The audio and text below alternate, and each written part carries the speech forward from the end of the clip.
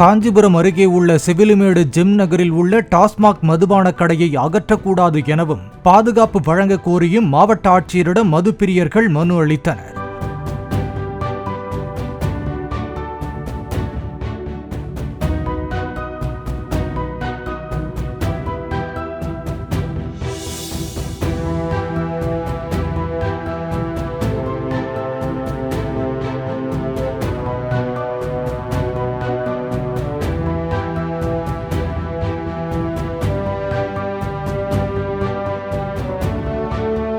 டாஸ்மாக் கடையால் பாதிக்கப்பட்டு வருவதாக அப்பகுதியைச் சேர்ந்த பெண்கள் கடந்த மாதம் புகார் அளித்ததால் கடையை மூடுவதற்கு மாவட்ட ஆட்சியர் வாய்வழி உத்தரவிட்டிருந்தார்.